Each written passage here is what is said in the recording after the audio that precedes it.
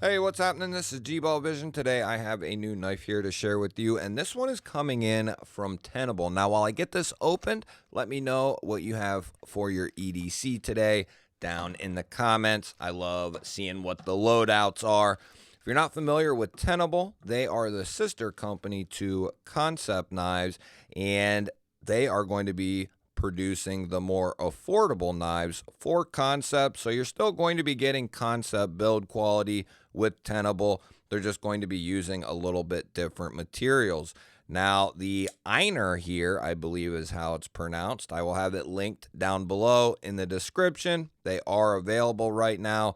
This is a newer release for Tenable. We're going to be looking at $55 to $70 on the price tag. The micarta and G10s are going to be down in that $50 to $60 range, or $55 to $60, and then the carbon fiber are going to be around $70. We are going to be looking at Nitro V here for the blade steel, which is a great choice at this price point. We have a nice stonewash finish here, and we do have a good looking sharpening choil. Kind of a blue collar aesthetic to this one right here. You got the stonewash blade. You have that blue micarta, looks really good. Kind of has that worn blue collar feel, to me at least anyway. Now we are looking at a deep carry clip. It is going to be right hand carry only.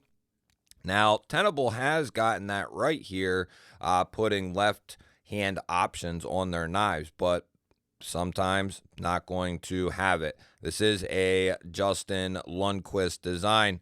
Definitely see his aesthetic here in this knife. This is going to be a liner lock. You do have a little chamfer and some jimping there on the liner. And the show side scales cut out a little bit for it, and then that kind of proceeds out past the handle just a little bit there. So it's not going to be really hard to get to, but it's not going to be really easy. So if that's, a heavy concern, that might be an issue for some people. It's not horrible, and it's not like you can't get to it. It's just not going to be the easiest thing, but for me, not a problem at all. Could be a little better, though. We do have a crown spine about a quarter of the way up with some jimping, and then it does flatten off there. That is perfectly centered. Detent feels good. Kind of that push button if you want, or you can do the combo, or it looks like a light switch as well. So a couple different options for that flipper tab. I'll be doing the push button. I love the push button. So let's go ahead and get an actual size on this and see what we're really looking at here. So going to come in right around 2 7/8 of cutting edge, 3 inches of total blade, and that's going to come down there right at 7 1/16 overall. We'll bring out a couple of comparison knives, going to be a very standard size. We have the Kaiser Drop Bear up top here and the Benchmade Bug Out. It's going to be pretty much directly in line with that Drop Bear size and just a touch smaller than the Bug Out. Very common and a favorite amongst many. We'll see what this pocket clip looks like here in the pocket. Make sure the retention is good. Looks like a well done clip. I have to say, I don't think I've seen them use this one yet. I could be wrong on that, but this is a good looking, and looks like it's going to be a good functioning clip too. Carries pretty deep. You have a little bit there poking out of the pocket, but not a whole lot. And then the retention, like I said, that's going to be a good clip. On our thinner cloth there, had good retention, a good hold, and there's plenty of clearance in there to get this in and out of the pocket. As I said, though, this is going to be a right-hand carry only.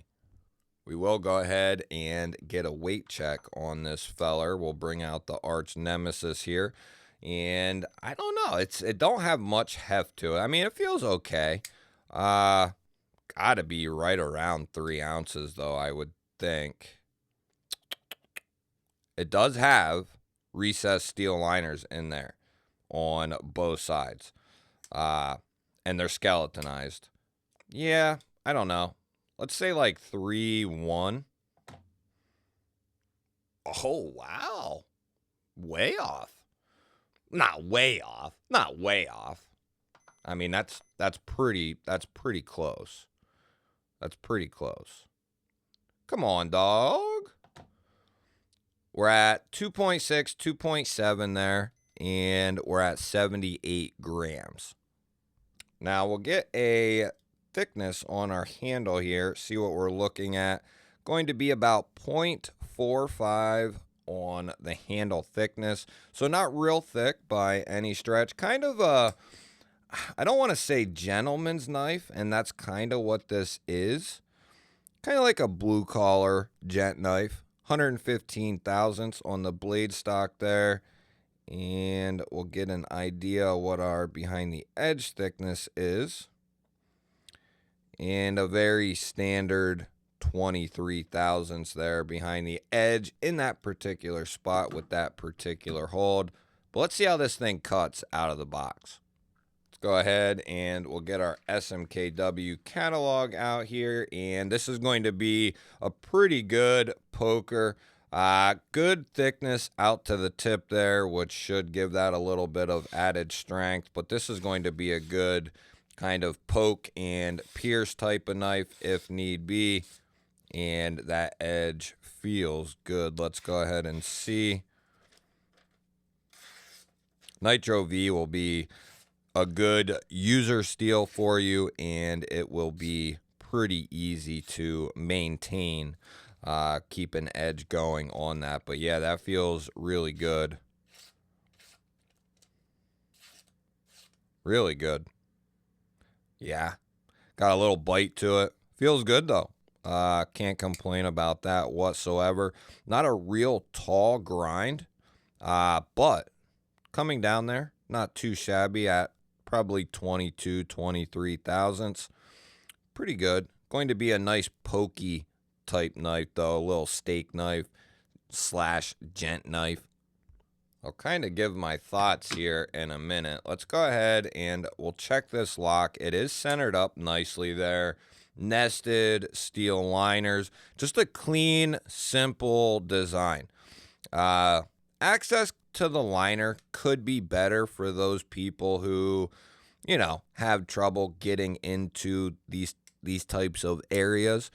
But I'm not going to, you know, if I had to grade it, I'd give it like a B- or a C+, somewhere in there. I mean, it's fine. You can get to it from the side if you'd like. Lock up, looking pretty good there. About 50% or so on that lockup. Let's go ahead and we'll give this thing a couple shots. There's no movement up or down.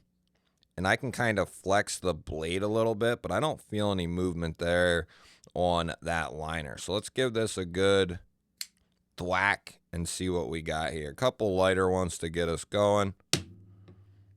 That was a pretty good shot, actually. Couple of harder ones. Good.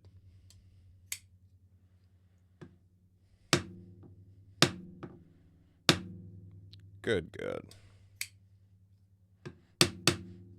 Very good.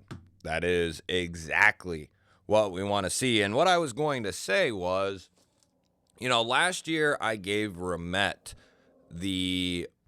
in my mind, I kind of have little awards for certain companies, what have you. But last year in 2024, I had Remet as the most improved company. And I feel as though they're really cementing my point even into 2025 here. And although you could say that about Remet again, I don't want to give it to them again. Now, the year's not over. We're getting close to halfway. But so far this year, my most improved, and I don't know if I want to say most impressive, but most improved so far, I feel as though Concept is really holding that spot. The Concept branded knives, they're more premium end, the 150 and up. They have gotten so much better all the way around. The pricing has remained good. Not only that, but then they opened up the Tenable line here and have been putting out just awesome, awesome budget knives for very good prices. Some have milled titanium clips, and they're doing a lot of really cool stuff. Then they opened the Concept EDC line, which they're getting going. They have products under that as well that you can access, I believe, from Concept's website. And I think, Concept EDC has its own website as well. So there's a couple ways to get there and look. But they got pry bars and fidgets and just different stuff like that going right now. And I just, that's what I feel like right now. That they could certainly take that title if they continue doing the rest of the year what they have been doing for about the last 7-8 months. I would say they've really done a good job, and it's noticeable. And I don't think I'm the only one who feels like Concept has taken a pretty big step. They've always had cool designs, more unique type designs. They've always kept the pricing very fair, and they've always been pretty well built. Ever since I came around, and once I came around, they were very new, very new. So they've done a really solid job here over the last couple of years, but even more so over the last year here. They have really taken off and honed in on the fit and the finish and getting things right, making sure locks are holding up, making sure edges are sharp. That's one thing I can say is the knives usually come sharp to very sharp, and the locks always hold up. We have not had a Concept or Tenable knife fail. That is awesome. So, and I've checked out a lot of both.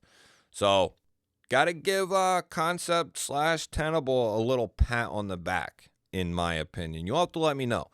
What do you think of Concept and Tenable and the Concept EDC line? Let me know what you think of the Einar here. The Einar. I don't know how it's pronounced, but either way, pretty cool little knife, cool little flipper gent knife with a little bit more premium materials than D2 and G10 or whatever. Pretty cool little steak knife / gent knife here, though. Well made, Justin Lundquist design, very Lundquisty. Don't forget to hit the thumbs up and share this video. That really helps. Share it with your mom, your dad, your brother, your sister, your son, your daughter, your wife, your husband, your cousin, your best friend. Send it to anyone and everyone, and that helps push this video out there to more people, and I greatly appreciate that. I love you all. I'll pop up a couple of new videos. Go check one of them out. Have yourself an awesome day. Thank you all again for watching. I'll catch you on the next one.